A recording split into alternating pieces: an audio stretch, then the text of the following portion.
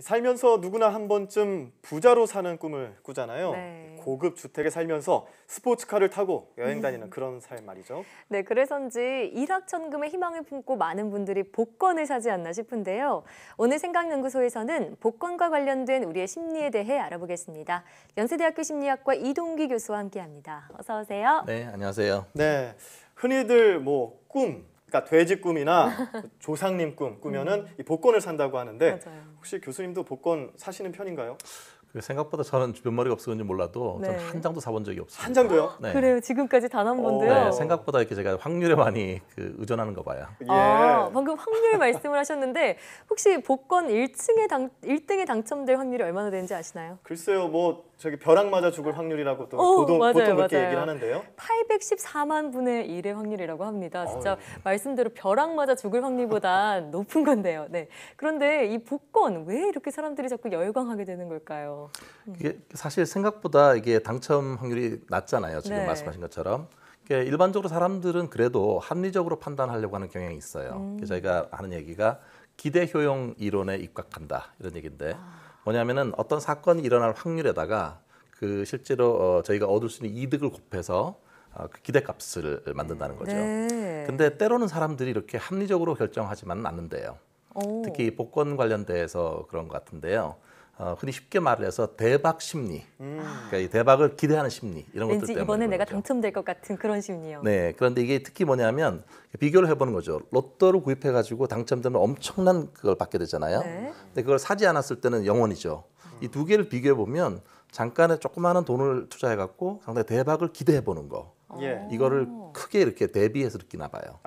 네. 그렇군요. 특히 만약에 그 당첨금이 다음 회로 이렇게 2월 이월 되는 될 경우 있잖아요. 경우요. 그런 경우는 훨씬 더 판매액이 올라간다고 합니다. 네. 맞아요. 네. 그러면은 혹시라도 저 돈이 내 돈이 되지 않을까 또 헛된 꿈을 꾸기도 하고요. 대박 심리네요. 예, 그래서 보통 보면은 전국의 로또 명당이라고 하는 곳들 보면 아까 맞아요. 앞서서도 화면에서 봤는데 이렇게 줄 서서 복권을 사는 사람들 계시고요.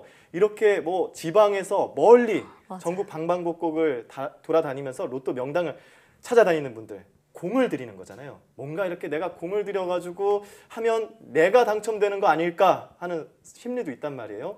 이런 거를 좀 어떻게 봐야 될까요?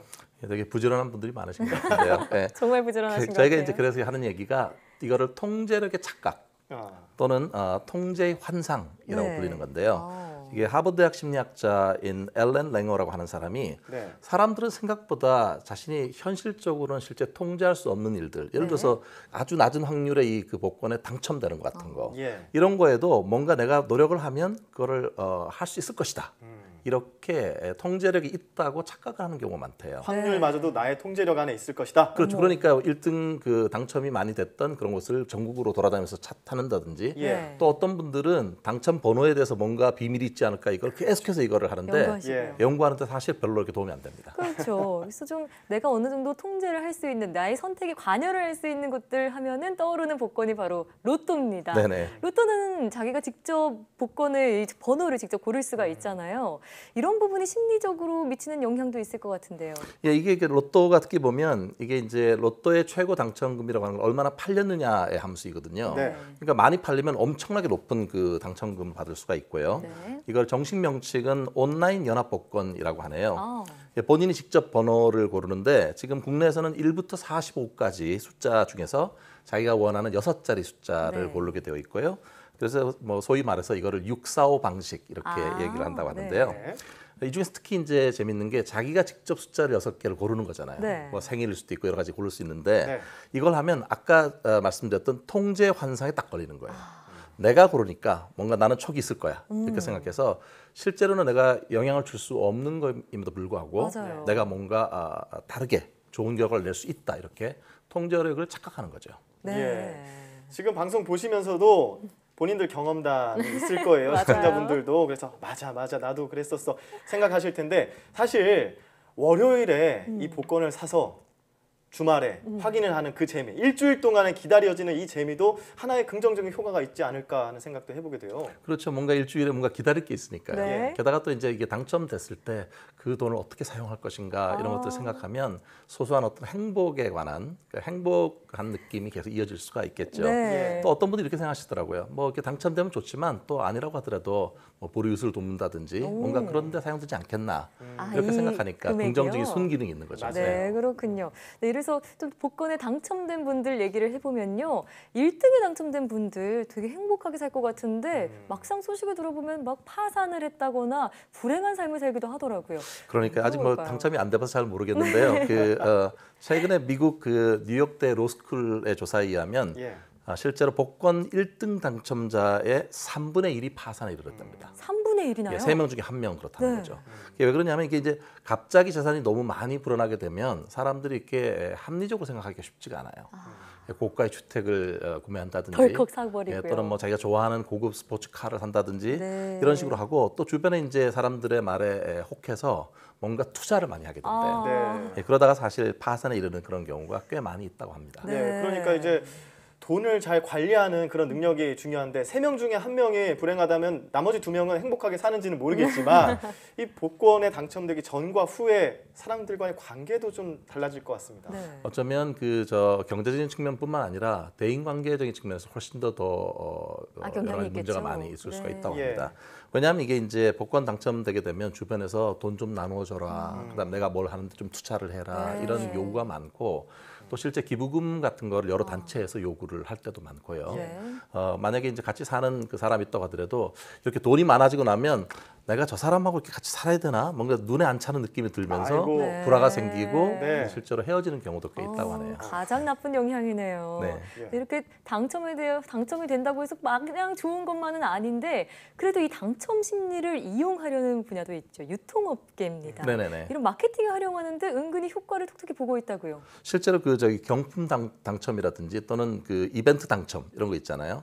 사실 확률이 되게 낮거든요. 예. 낮은데 사람들이 보면 이렇게 극소수의 어떤 그 사람한테만 보상을 해주는 그런 방식인데도 불구하고 많은 사람들이 상당히 좋아라 하고 참여를 한대요.